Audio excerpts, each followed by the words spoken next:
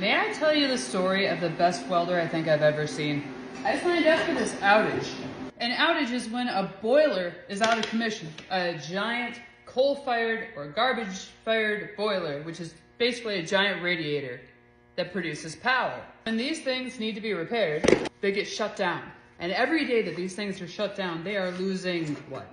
Hundreds of thousands, millions of dollars. So they need to get repaired as soon as possible so that they can get back up and running and produce the power that they had been before. Enter the outage welders, and some of them were way up high, cutting sections out and craning them down below to be repaired to people in tents, like me.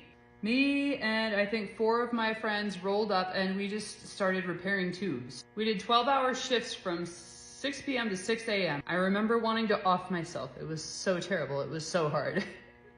But I made a lot of money. I remember sitting on creepers that were in standing water. It was raining. They had tents over us and the wind was blowing and they tried to put the sides on the tents, but I mean, we had to crank our shielding gas up. The water was coming in up underneath the tents. I was arcing out on my butt. I just remember feeling this is very dangerous, and I was on my creeper underneath the panel while my partner was on top. Living on caffeine, mud and refract falling down on your face under your hood, and it was just shit and corruption, as my dad used to say. Then the sun came up and you went to your hotel room and you ate as much as you could and slept as much as you could so you could do it again that night. We did 3-day stints of that, I think.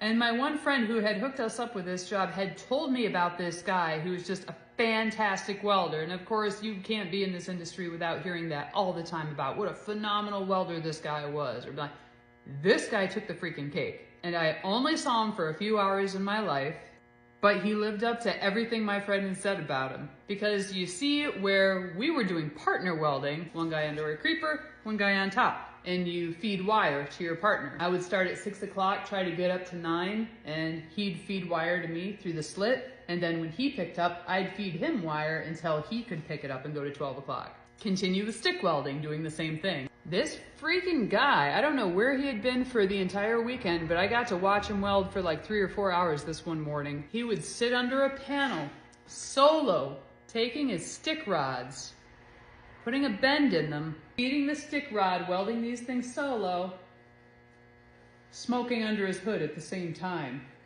And that's all this guy would do. He would yell for a rod and he would bend one up and he would turn around and he would do the other side, you know, and he would smoke on occasion. I watched it. I watched a guy do a 2-person job with 1 person while smoking with the other hand. Just unreal.